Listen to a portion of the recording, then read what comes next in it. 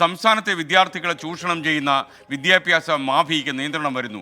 വിദ്യാഭ്യാസ ഏജന്റുമാരെ നിയന്ത്രിക്കാനുള്ള നിയമം അടുത്ത നിയമസഭാ സമ്മേളനത്തിൽ കൊണ്ടുവരുമെന്ന് അറിയുന്നു. ഏജൻസികൾക്കും ലൈസൻസും രജിസ്ട്രേഷനും നിർബന്ധമാക്കുമെന്നാണ് സർക്കാരിൻ്റെ തീരുമാനം.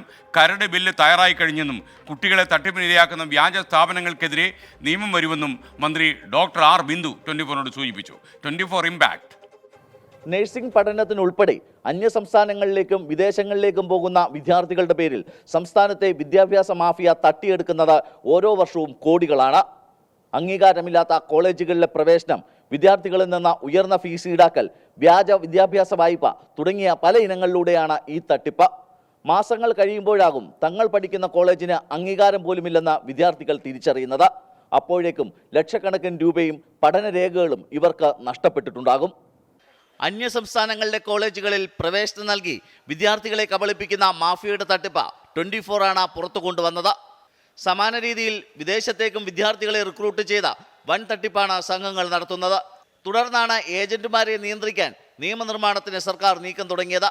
ഇതിന്റെ കരടിന് ഉന്നത വിദ്യാഭ്യാസ വകുപ്പ് അംഗീകാരം നൽകി. ഏജൻസികൾക്കും ഏജന്റുമാർക്കും രജിസ്ട്രേഷൻ ഏർപ്പെടുത്തും. നിരീക്ഷണത്തിന് സംസ്ഥാനതല സമിതി രൂപീകരിക്കും. രജിസ്ട്രേഷൻ ഇല്ലാതെ പ്രവർത്തിച്ചാൽ തടവും പിഴയും നിയമത്തിൽ വ്യവസ്ഥ ചെയ്യുന്നു. വിദ്യാർത്ഥികളുടെ വിശദാംശങ്ങൾ ഏജൻസികൾ സർക്കാരിന് നൽകണം. കോളേജിൻ്റെ വിവരങ്ങൾ, ഫീസ്, ഹോസ്റ്റൽ സൗകര്യം എന്നിവ വ്യക്തമാക്കണം. വിദ്യാഭ്യാസ വായ്പാ തുക നേരിട്ട് കോളേജിൻ്റെ അക്കൗണ്ടിലേക്ക് നൽകണം എന്നീ വ്യവസ്ഥകളും നിയമത്തിലുണ്ട്.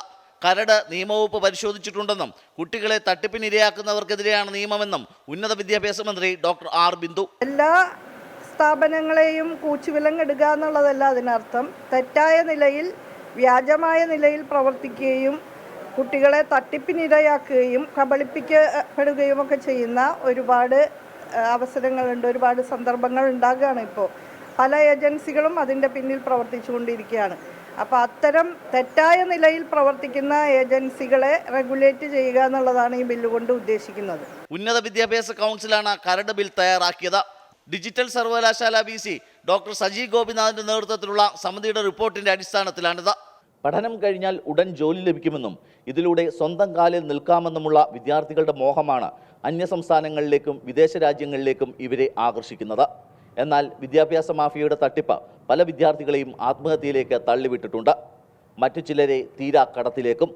ഏതായാലും പുതിയ നിയമം വരുന്നതോടെ ഈ വലിയ തരത്തിലുള്ള കൊള്ളയ്ക്കും ചൂഷണത്തിനും അറുതിയാകുമെന്നാണ് വിലയിരുത്തപ്പെടുന്നത്. VA ഗിരീഷ്, 24, തിരുവനന്തപുരം. നമ്മുടെ കുട്ടികളെ തട്ടിപ്പിന് വിധേയമാക്കുന്ന ഏജൻസികളെ കൂച്ചുവിലയ്ക്ക് ഇടാൻ പറ്റുമെങ്കിൽ നന്നായി. എന്നാൽ നന്നായി പ്രവർത്തിക്കുന്ന ഏജൻസികൾക്ക് എല്ലാവിധമായ സൗകര്യങ്ങളും സർക്കാർ ഒരുക്കുകയും വേണം. അതാണ് നമ്മുടെ നിലപാട്. ദിനേശ് ഹരിപ്പാട് പറയുന്നു. Good evening SKN. Good evening. Harippad Sri Subrahmanya Swami ക്ഷേത്രത്തിന് ചുറ്റുമുള്ള റോഡിൻ്റെ ശോചനീയാവസ്ഥ ഞാൻ പലതവണ റിപ്പോർട്ട് ചെയ്തു. 24 അത് അധികൃതരെ ശ്രദ്ധയിൽപ്പെടുത്തി. ഇപ്പോൾ റോഡിൻ്റെ പണി തുടങ്ങി. Thanks to 24. എന്നാലും പണി തുടങ്ങിയല്ലോ. നന്ദി ആർക്ക് പറഞ്ഞില്ലെങ്കിലും കുഴപ്പമില്ല, പണി നടക്കട്ടെ.